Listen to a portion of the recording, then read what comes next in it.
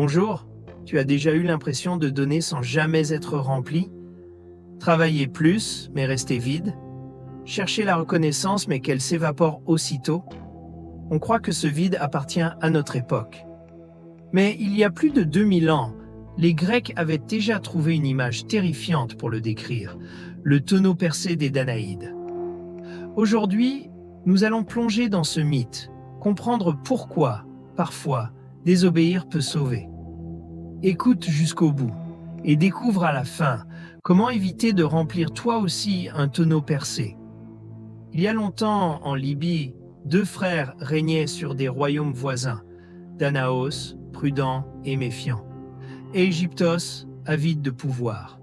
Égyptos a 50 fils, Danaos, 50 filles. Il propose unissons-les, et nos royaumes seront invincibles. Danaos craint un piège mais finit par céder. Lors d'un banquet somptueux, 50 couples s'unissent. Mais avant la cérémonie, Danaos convoque ses filles et ordonne « Cette nuit, tuez vos maris », sans hésiter.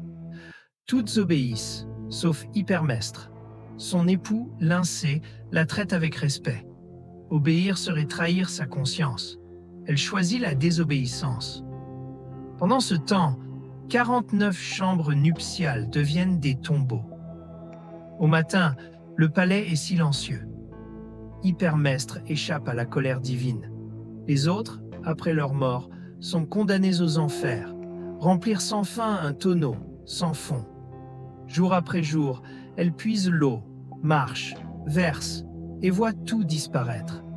Un effort éternel, vain, usant.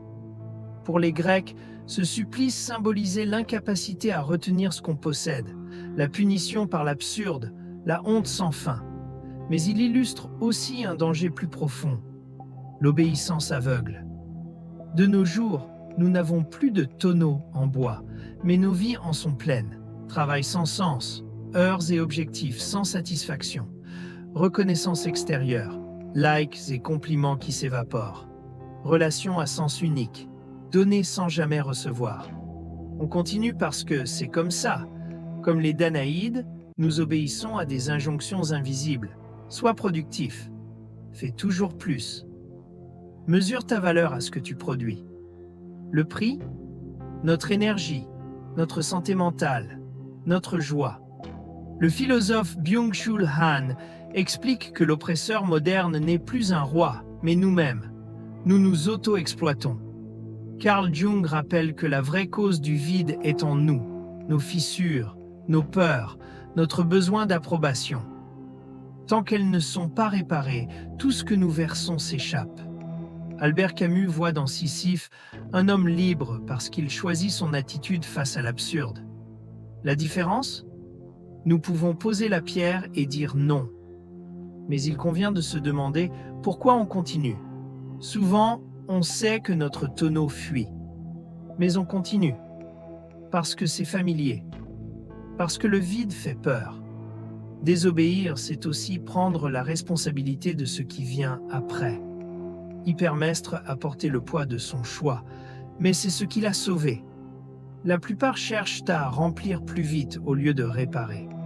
Mais si la fuite est le problème, l'augmentation est inutile. Réparer, c'est identifier les fuites, activités, relations, habitudes qui vident. Réduire le débit, cesser d'alimenter ce qui fuit, dire non.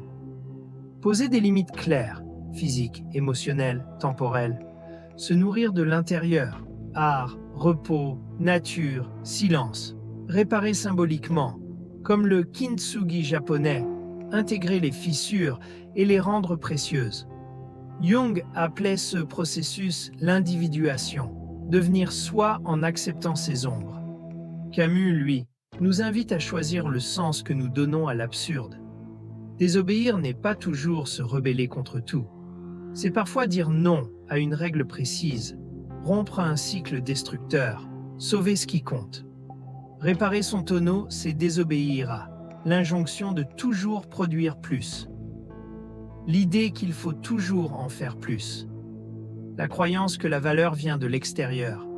Les attentes irréalistes imposées par d'autres.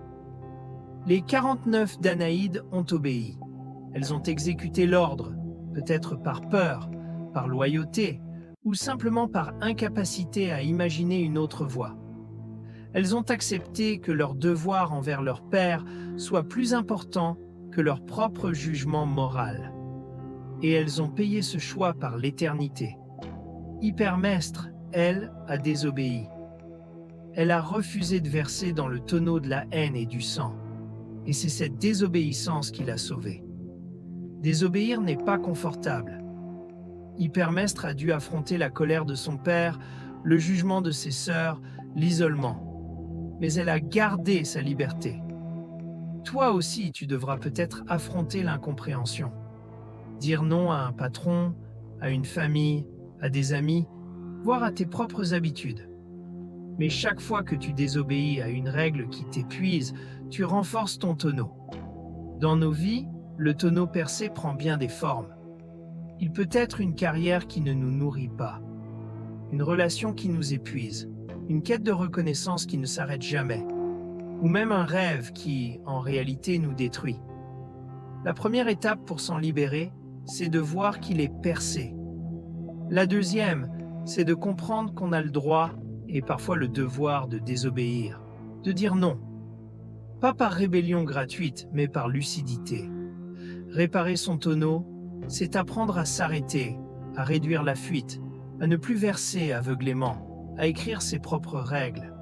C'est accepter ses cicatrices, et parfois vivre avec certaines fuites, mais en paix. Et toi, qu'est-ce qui fuit chez toi? Où verses-tu ton énergie, ton temps, ton amour sans jamais rien retenir? Écris-le en commentaire.